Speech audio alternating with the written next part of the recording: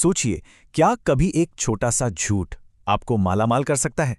आज हम एक क्लासिक बंगाली लोक कथा में गोता लगाएंगे, जहां हम मिलेंगे बोल्टू से, एक महाआलसी आदमी जिसकी जिंदगी किस्मत और धोखे के एक ऐसे मोड़ पर आती है जो उसे हमेशा के लिए बदल देती है। आइए देखते हैं कैसे। तो कहानी शुरू होती है हमारे हीरो बोल्टू से। खैर, हीरो कहना शायद ठीक नहीं होगा, क्योंकि उसे काम से ज्यादा सोना पसंद है और उसकी पत्नी रॉक्साना उसके इस आलस से पूरी तरह तंग आ चुकी है। और जैसा कि हम देख सकते हैं, वो अपनी बात कहने से बिल्कुल नहीं हिचकिचाती।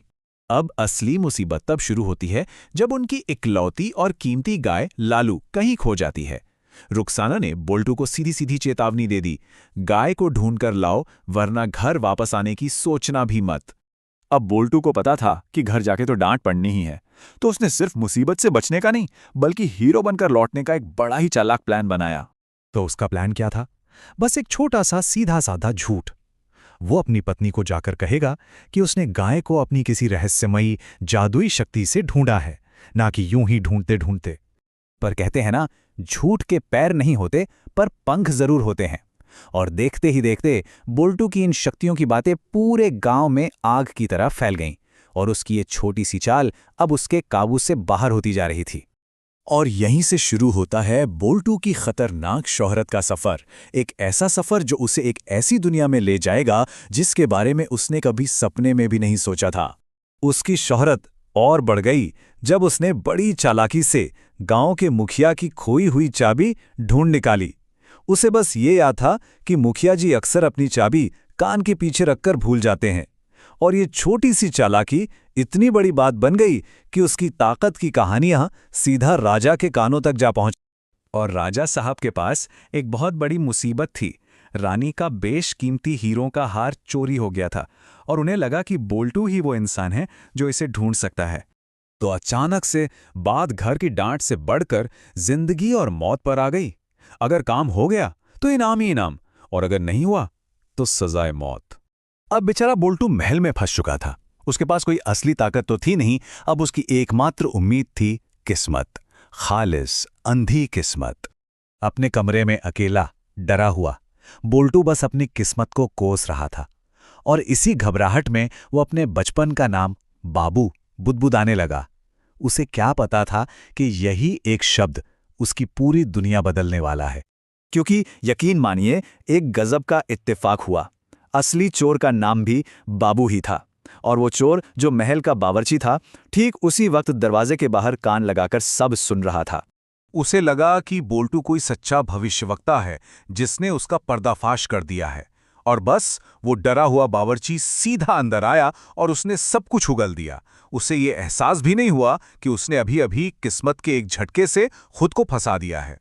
तो पता चला कि उसने हार चुराकर घबराहट में राजा के बड़े से सफेद हंस के खाने में मिला दिया था, जिससे वो हंस निगल गया। अचानक हमारे झूठे भविष्यवक्ता को बचने का एक रास्ता मिल गया था। तो अब इस नई जानकारी के साथ बोल्टू राजा के सामने पेश हुआ। वो एक आखिरी नामुमकिन सी लगने वाली परीक्षा के लिए तैयार था, जो या तो उसे बचाएगी या हमेशा के लिए खत्म कर देगी। एकदम आत्मविश्वास के साथ बोल्टू ने ऐलान किया कि चोर कोई और नहीं बल्कि शाही हंस है। और जब दरबारियों ने उस हंस की तलाशी ली तो सबके होश उड़ गए। हार वहीं था। इस कामयाबी के लिए बोल्टू को इनाम में मिले 1000 सोने के सिक्के। लेकिन राजा का जो वजीर था ना, उसे अभी भी शक था। उसने कहा, एक आखिरी परीक्षा तो होनी ही चाहिए, यह साबित करने के लिए कि यह सिर्फ तुक्का नहीं था।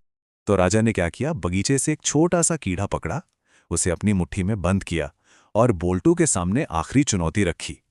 बताओ मेरी मुट्ठी में क्या है? अब बोल्टू को लगा कि बस खेल खत्म। उसकी किस्मत ने उसका साथ छोड़ दिया। वो खुद से बुदबुदाया, अपनी हालत की तुलना एक फंसे हुए टिड्डे से करते हुए, और उसने बंगाली शब्द फड़िंग का इस्तेमाल किया। उसे क्या पता था कि किस्मत एक आखिरी बार उसका साथ देने वाली थी, क्योंकि राजा की मुट्ठी में सच में एक टिड्डा ही था। जैसे ही राजा ने फड़िंग शब्द सुना, वो हैरान रह गया। उसे पूरा यकीन हो गया कि बोल्टू ने एक बार फिर नामुमकिन को मुमकिन कर दिखाया है। बस फिर क्या था, बोल्टू को एक सच्चा भविष्यवक्ता मान लिया गया। उसका इनाम 2 गुना करके 2000 सोने के सिक्के कर दिया गया, और उसे ढेरों दौलत और इज्जत के साथ घर भेज दिया गया। उसकी शोहरत अब एक कहानी बन चुकी थी। हाँ, और जाते जाते उसने बड़ी होशियारी से राजा को यह भी कह दिया कि उसका गुरु उसे अगले 10 साल तक कोई और चमत्कार करने से मना करता है। मतलब एक तरह से शांतिपूर्ण रिटायरमेंट पक्का कर लिया। घर वापस आकर आखिरकार उसने अपनी पत्नी को सच बता ही दिया कि ये कोई हुनर नहीं था, ये सब सरासर अंधी किस्मत का खेल था। तो बोल्टू की यह हैरान कर देने वाली कहानी हमें सोचने पर मजबूर करती है कि बेवकूफी और किस्मत के बीच आखिर कितनी महीन सी लकीर होती है। क्या वो बस किस्मत वाला था या उसके झूठ ने ही उसकी किस्मत बनाई?